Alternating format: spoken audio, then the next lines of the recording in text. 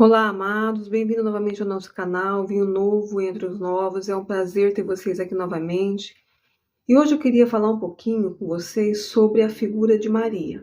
O que Maria, a mãe de Jesus, né, ela representa e qual que é o papel dela, o que ela tem para nos ensinar, não como pessoa, como mulher, mas o simbolismo que Maria tem para a gente como igreja. Uma das coisas que a Bíblia faz, sempre ela vai trazer primeiro nossa identificação com as coisas aparentes, né? Maria, uma menina que estava noiva, que tinha os seus sonhos destruídos e Jesus veio para salvá-la, né? Então sempre Jesus vai nos atrair por essa identificação. Eu lembro um filme que estava assistindo sobre os negros e quando eles viram Jesus na cruz, eles foram atraídos para Jesus sem pregação, mas pela identificação do sofrimento. Então Jesus sempre primeiro vai nos atrair por essa identificação. Mas sempre a Bíblia tem sempre algo maior, né? Para que ele quer nos mostrar e nos transformar no nosso caráter e tirar os nossos pecados, né? À medida que vai tirando os nossos pecados, automaticamente o nosso caráter vai sendo transformado. Tanto que lá, quando Jesus foi anunciar, né, para Maria, ele foi falado, né? Mateus 1, foi falado, 18 a 25, que ele salvará o seu povo do pecado. Então Jesus veio para salvar o povo do pecado. Curou, libertou, mas o objetivo da cura, da libertação, era salvar o povo do pecado. Dos encontros, né, das palavras de sabedoria que ele tinha sobre as pessoas, dispor o coração, sempre foi para mostrar o pecado. Então, quando a gente vê a figura de Maria, o objetivo ali da figura de Maria ser apresentada é para trazer as características que Deus quer mostrar para a igreja, né? Que desenvolve em nós as características desta Maria igreja, né? O nome Maria significa rebeldia, tá? Então Jesus veio para uma Maria, uma igreja rebelde, tá? E por que ela estava noiva, né? Ela não podia estar casada, né? Nada da Bíblia está ali à toa. Então o fato dela estar noiva é porque ele veio para uma noiva rebelde. Tá? Tanto quando Jesus nasceu, lá em Belém, o texto lá deixa claro que ela ainda estava noiva, porque tinha que nascer para uma noiva. Né? Então Jesus nasceu para tirar a rebeldia de uma noiva. Então é muito interessante assim, ver essa figura de Maria como essa noiva rebelde que Jesus veio salvar dos pecados. Né? Toda a história do povo, judeus sendo oprimidos na época por Roma, por rebeldia a Deus, né? Por mais que tivesse tantos atos religiosos, o coração do homem estava perdido. Quando Jesus nos encontra, é assim que a gente está. A gente está com o coração perdido. E quando a gente vai deixar de ter um coração perdido? À medida que ele vai nos dobrando, nos quebrando a serviço, nos tirando dos nossos pecados. Então isso é um processo, né? E ali fala um pouco, né, das características de Maria, desse processo, né, do que Jesus traria para essa mulher, a igreja, que iria levar ela para esse lugar, né, de ser entregue à igreja, né, o último estado lá, quando ela foi entregue para João. Mas a gente vai falar um pouquinho antes.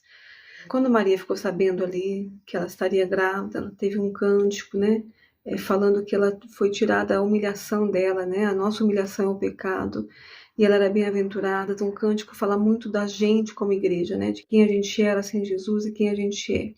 E ela vai visitar a sua prima, depois ela vai visitar a sua prima Isabel. E quando Isabel é saudada por Maria, né, a criança que estava nela pula e ela fica cheia do Espírito Santo. Então essa figura está anunciando, olha, quando Jesus vir, ele vai nos encher do Espírito Santo. Tá? Então a igreja se tornará cheia do Espírito Santo quando Jesus vir.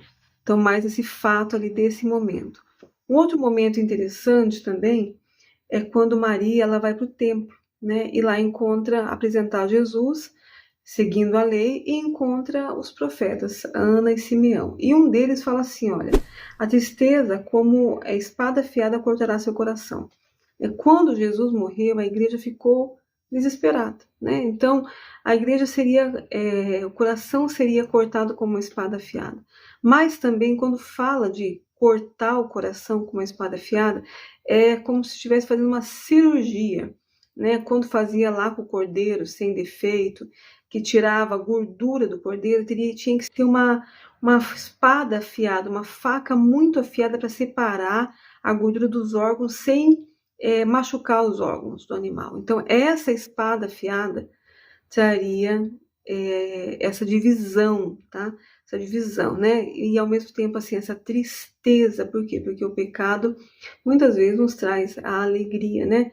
E essa tristeza da separação do pecado da nossa carne, da nossa alma.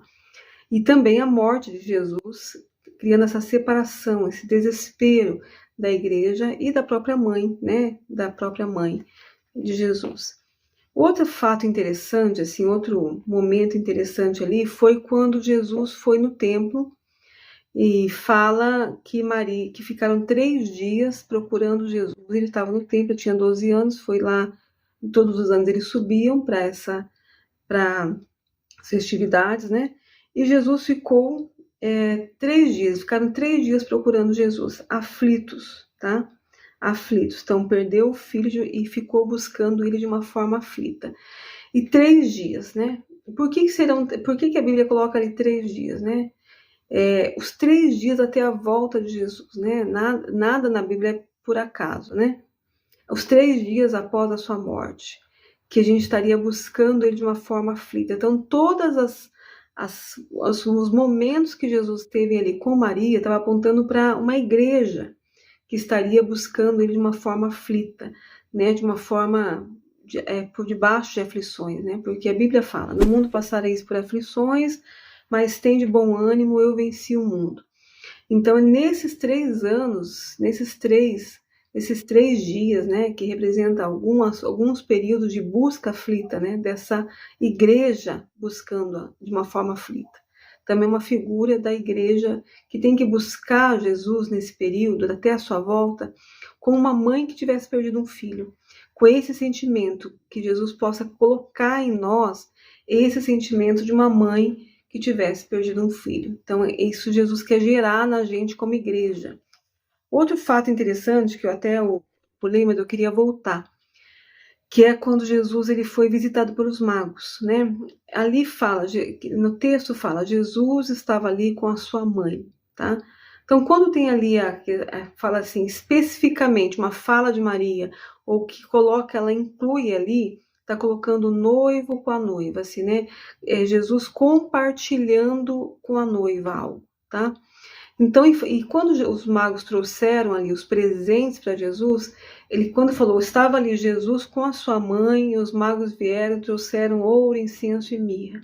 Então, estava falando, olha, Jesus está compartilhando com a sua igreja o ouro, o incenso e a mirra, né? A cura, o incenso, a questão da sua divindade, mas também a questão de oferecer o incenso a Deus, e ele ser esse caminho para nos levar a ser sacerdotes, para oferecer esse incenso a Deus, e o ouro, a questão do reinado, né? Então, Jesus estava trazendo para nós, dividindo ali com a sua igreja, o reinado dele, né? Por isso o ouro, o incenso e a mirra.